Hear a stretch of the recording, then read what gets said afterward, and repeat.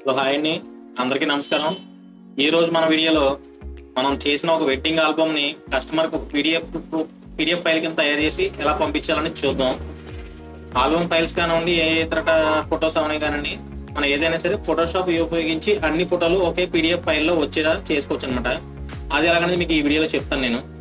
మనం first Photoshop అయితే open చేసుకున్నాం. ఫస్ట్ ఫైల్లోకి వెళ్ళండి. ఫైల్ ఉంది కదండి, ఫైల్లోకి వెళ్ళిన తర్వాత ఇక్కడ గమనించండి, ఆటోమేట్ అని చూసారా. దీంట్లోకి వచ్చినట్లయితే పీడిఎఫ్ ప్రజెంటేషన్ అని చూసారా. పీడిఎఫ్ ప్రజెంటేషన్ అనేది మనం క్లిక్ చేయాలండి. ఇలా క్లిక్ చేసినప్పుడు మనకు ఒక విండో అయితే ఓపెన్ అవుతుంది.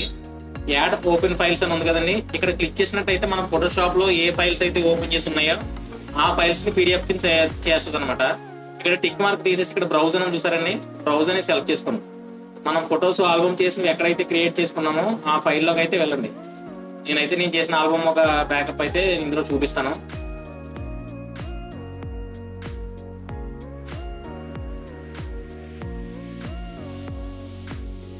ఇవన్నీ వెడ్డింగ్ నేను చేసిన సీట్లు అనమాట.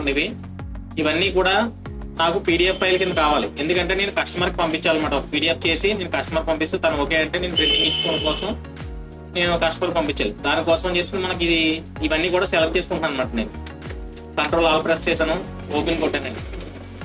ఓపెన్ కొట్టిన తర్వాత చూడండి, మొత్తం ఇమేజెస్ అన్ని కూడా షీట్లు అన్ని కూడా వెడ్డింగ్స్ ఆల్బమ్స్ షీట్లు అవనివ్వండి, లేదంటే జేపీజీ ఇమేజెస్ అవనివ్వండి, ఏ ఇమేజెస్ అయినా సరే ఒకే పీడిఎఫ్ లో చూపించవచ్చు. చాలా అంటే చాలా క్వాలిటీ వస్తుంది. మీరు అది డైరెక్ట్ ఆ విధంగా పీడిఎఫ్ చేసుకుని డైరెక్ట్ ప్రింటింగ్ కూడా ఇచ్చుకోవచ్చు అనమాట. అంత క్వాలిటీగా అయితే మనకు వస్తుంది. చూడండి, మొత్తం అన్ని షీట్లు కూడా 35 షీట్లు నేను మొత్తం సేవ్ చేశాను. సేవ్ చేసిన తర్వాత ఇందులోకి ఓపెన్ చేశాను. ఇప్పుడు సేవ్ కొడుతున్నాను. సేవ్ కొట్టిన తర్వాత ఇది మనకి లొకేషన్ అడుగుతుంది అనమాట. ఎక్కడ కావాలి లొకేషన్ అని చెప్పి డాక్యుమెంట్స్ లో లొకేషన్ ఇస్తున్నాను.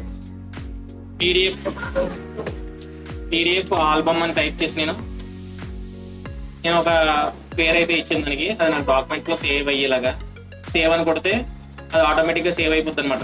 Save PDF. చూడండి, మొత్తం అన్ని కూడా ఆల్బమ్ షీట్లు అన్ని కూడా మనకి పీడిఎఫ్ కింద తయారు చేస్తుంది.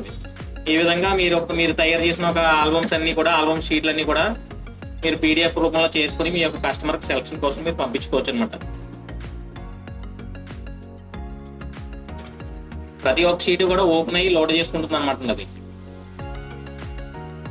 మరిన్ని ఇలాంటివి టెక్నిక్స్ ఫోటోషాప్ లో ఉన్నవి మీరు తెలుసుకోవాలనుకుంటే కనుక మన ఛానల్ సబ్స్క్రైబ్ చేసి వీడియోని మాత్రం లైక్ చేయండి కంపల్సరీ.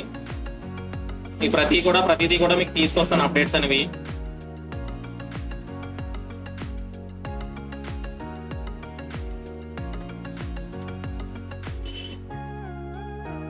చూడండి, అన్ని కూడా షీట్స్ కింద అవుతున్నాయి. ఈ విధంగా మీరు మీ యొక్క ఆల్బమ్ ని పీడిఎఫ్ రూపంలో తయారు చేసుకోవచ్చు అనమాట.